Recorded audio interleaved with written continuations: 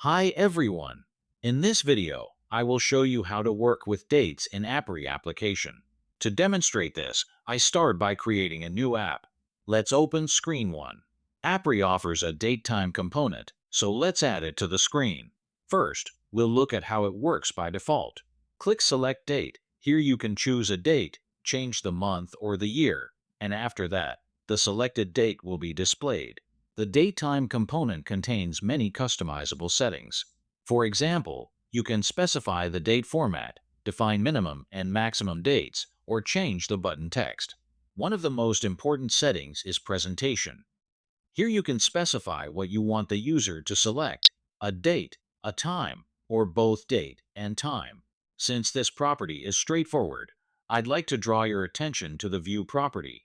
By default, DateTime opens in modal mode, but you can switch it to inline. In this case, the user will see the date picker displayed directly on the screen, which can be more convenient in some situations. Let's check how it looks. Now I'll switch it back to modal mode. By default, the datetime picker doesn't include validation properties like the input component does. However, we can easily add validation using the generic Appri validation approach. As you may remember, validation only works within forms. So, let's add a form component and move our datetime component inside it.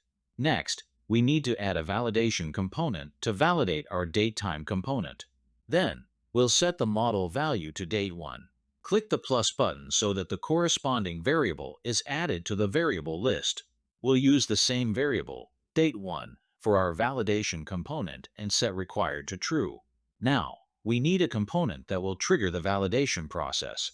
In our case, it will be a button. After clicking the button, we'll call a function named test in the code tab. Let's define it. Please note that this method should be async, so we'll use a wait option. It will simply display an alert message. To initiate the validation process, enable the checkbox in the validation component. Now, let's test it. Click the button. We see the corresponding error message. Then, select a date. The error message disappears. If we click the button again, the alert is shown. That was a simple case. Now let's consider a more complex example. Suppose we need to validate a specific date, such as a date of birth, and ensure that the person is at least 18 years old. To do that, we'll create a special function to validate the date. Let's go to the Code tab and create a new function called validateDate1.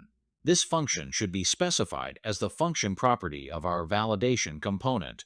If you hover over the question mark icon near this property, you can see an example of how such a function should look. In short, when validation fails, the function should return an error object. When validation passes, it should return null. Here's what we'll do. We'll use the Moment library, which is included by default in every Appri app and is one of the best libraries for working with dates. Our function will get the current date, calculate the difference between the current date and the selected date, and if the result is less than 18 years, it will return a custom validation error. Otherwise, it will return null. Let's test it. I'll select a date, press the button, and we see an error message. Now I'll select a valid date, press the button again, and everything works as expected. Another common situation is when we have two dates on the screen, and the second date must be greater than the first one. Let's create validation for this case. I'll add a second datetime component. Make sure it's inside the same form as the first one. Then, I'll add another validation component for it.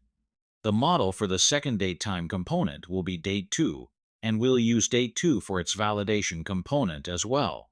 Next, let's update the code of the validateDate1 function. If date1 is greater than date2, we'll return an error object. We'll also need to add the same validation function to the second validation component, so I'll just copy and paste it. Additionally, we can mark both fields as required and set the validator function as the value of the function property. Let's test again. Click the button. Two error messages appear. Now I'll select a valid first date, then select a second date. Everything is correct since date2 is greater than date1. Now, let's try an incorrect case. For example, select an earlier second date. We see the corresponding error message.